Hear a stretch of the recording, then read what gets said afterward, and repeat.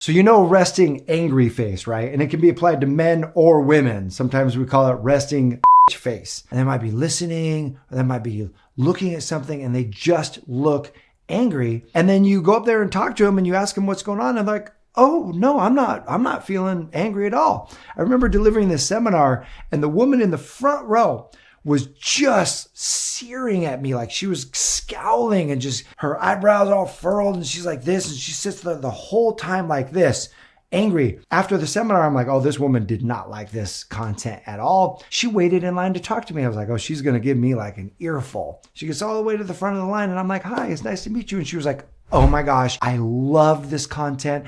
It was so great. And she told me like 4 or 5 things that she's going to take and use. And I went, can I ask you a question? And she goes, sure. And I said, you were sitting in the front row. I noticed you and I thought you hated the content because you had this look on your face of just like angry. And she was like, sometimes get that way when I'm concentrating because I really want to absorb it. I get this look on my face. And I said, okay, interesting. And here's what's fascinating.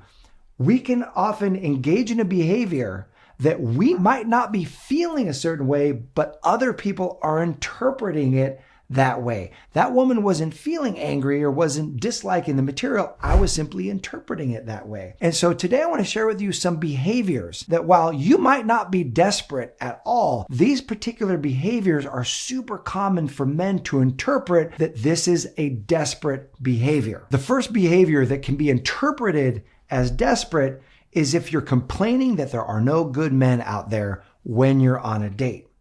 You see, the person who doesn't have a lot of options, the person who there aren't really no great men that they're finding, when they finally find a guy, they'll latch on. I remember going on this date with this woman. That was the first thing we sit down at dinner. First thing she says is, oh my gosh, you're normal. Thank God. And it came across as like, oh, this woman isn't being pursued by normal guys. This woman doesn't have a lot of options. And instead of making me feel special, which is often what that comment is meant to do, like you're telling them how bad everything else out there because you want them to feel special, it has the opposite effect of coming across as desperate because you don't have a lot of options. Where the truth of the matter is, you do have options. The truth of the matter is there are a lot of great guys out there, whether they're in your current vicinity, whether you've actually met them right now or not. Put on the beingness that there are great guys out there. You're in a state of abundance because that beingness is highly attractive. That beingness, then when you choose the guy that's in front of you, he's going to feel special because you're choosing him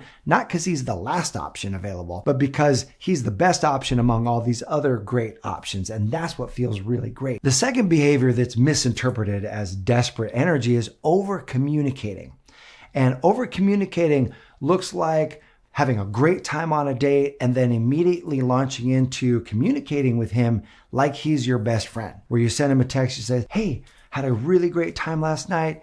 Hey, good morning. Hope you're having a great day. Hey, how's your coffee? Hey, did you see the pigeon outside your window? Like you're just boom, boom, boom, boom, boom. Now, I know I'm exaggerating, but we tend to do this when we really like someone. We have a connection, like our mind is running on them and we can start sending too many texts. And so if you're in the blue, you're sending text, and they haven't responded yet, that's over communicating. The other thing that you want to avoid in over communicating is describing your day in detail via text, where it's this long paragraph where you're telling them a story about what happened and this and that. When you're early in the relationship, that can feel like a lot, like, oh, wow, is this how this is going to go? Way better to save stories about your day, details about your day for when you guys are talking on the phone. What you want to do is just match his level of communication and start slightly underneath him. Respond, hey, thank you so much for last night. It was super fun. He responds back. You could throw out a question, see how long he responds, and then you guys match that kind of interaction and communication. That feels way more of a woman who has choice versus a woman who's finally found this one guy and she's clinging on. And the third behavior that's misconstrued as desperate is bending over backwards to see him. And this can often come about not because you've got desperate energy, you're just a giver. You want to make time to see him. You like him. And so you also want to make it easy. You want to take the burden off of other people. And so you're like, well, I can do it. He'll call you and say, hey, I really want to go to this particular restaurant, but it's up by me. And he lives 3 hours away. And so in that moment, you're like, yeah, I'll drive this time. And so you drive 3 hours to go to dinner with him. You make it really easy on him. Like he's hanging out just for a weekend. He's back in town. He calls you last minute.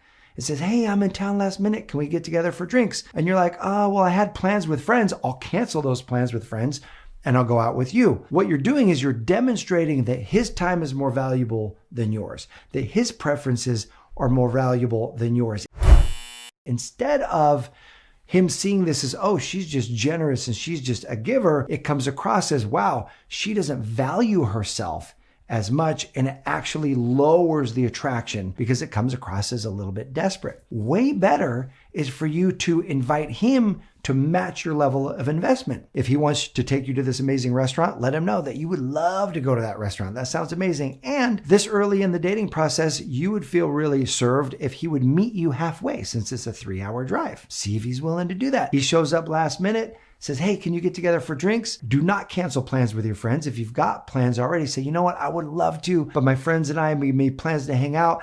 I would love, just give me a little bit more notice next time, and I would love to get together. And in that case, you're showing him you value your plans, you value yourself, and you're inviting him to invest at an equal level as you, and that is highly attractive. The fourth behavior that we can do is excessive gift giving. And this one kicks in if your love language is giving gifts and his is not. It can be interpreted as desperate or clingy. It's like you go out with him and you realize that he has this favorite author. You go and you buy a book that's signed by that author and you give it to him because you want to show that you like him. Or you learn that he likes a particular kind of food and you're an epic cook. So you invite him over to dinner, cook him like this 5-course meal, super impressive, and it's a major gift. These kinds of demonstrations, while they're cool and while they feel good in the moment, sometimes they can come across as desperate because they feel like, wow, this person wouldn't be giving this much if they weren't already in love with me. Because he interprets what he does when he's in love, the amount of gifts that he gives only kick in when he's got a certain level of emotion. I remember this interaction I had with a woman that I was dating very similar to this. We had dated for about a month, hung out a few times. I liked her and we were getting closer. And then on my front porch arrives this like package, some of the favorite candy that I had talked about and some other cool things in a card that she had made me, and it was all decorated. And I immediately went, ooh, man, she probably likes me way more than I like her, and I should probably really slow things down.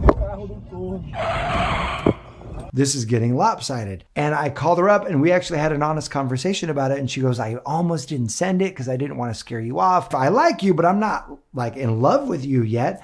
I'm just a giver. I'm a gift giver. So just something to be mindful of as you're dating, the amount of gifts that you give and the size and degree of those gifts can sometimes backfire if you're not measured in how you give those gifts. Number 5 is assuming the future.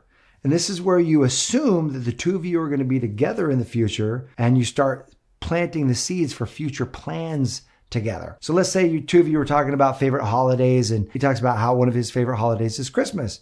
And so you're like, oh my gosh, I could not wait for you to meet my family because they go nuts at Christmas and we have the best time. And it's February. And he's like, are we already like thinking we're going to be together in Christmas?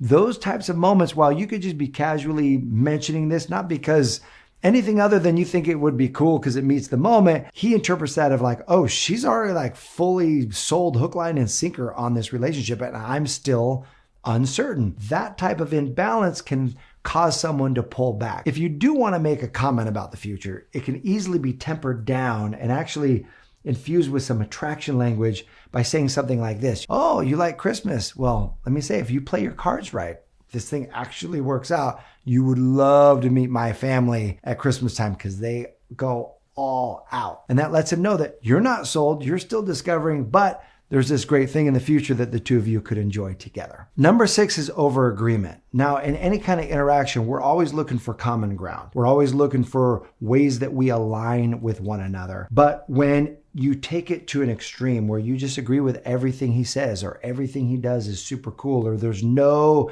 contrary opinions, there's two things that happen. Number one is it starts to feel vanilla, but two, he can feel that from you. And he can feel that you're trying really hard to connect. You're trying really hard to find that common ground and maybe amplifying things that don't really deserve to be celebrated or acknowledged. Like, oh my gosh, you love air? I breathe air every day. Like we should get together. Stuff like that. Don't be afraid to say, oh yeah, I'm not really into car racing, or that's not really my thing, or the slight places where you diverge, make the places that you connect even stronger. And number 7, a behavior that often we think makes the other person feel special, but actually comes across as desperation and decreases attraction is not holding your boundaries, not holding your standards. It's easy when we meet someone who's super special and we really connect with them and like we're on a whole nother level to make exceptions for them, to go home with them the first night or sleep with them the first week or make all these exceptions that we wouldn't do because they're so special. The challenge is when we don't hold our boundaries, when we don't hold standards, then he doesn't have the chance to earn anything. And if it comes easy, then he feels like, well, I might not be that special. He probably does this with everybody, regardless of what you say. That's how he feels. That's what he experiences. On the other hand, if you do hold your standard or boundary and you take things slow, you let him earn it. Then when you actually take the relationship there, like sleeping together or introducing him to your family or whatever the standard is, he feels special at that point because he's earned it. And ultimately, here's the good news. It is really hard to screw up the right thing. So if you've noticed one of these things that you've been engaged in or doing, know this, it won't throw off a relationship that's rooted on solid ground. And so my question for you is, what are the behaviors that come across as desperate to you that they engage in? Go ahead and post those in the comment section below. I appreciate you. I hope this serves you. Here's to your amazing love life, and I'll see you soon.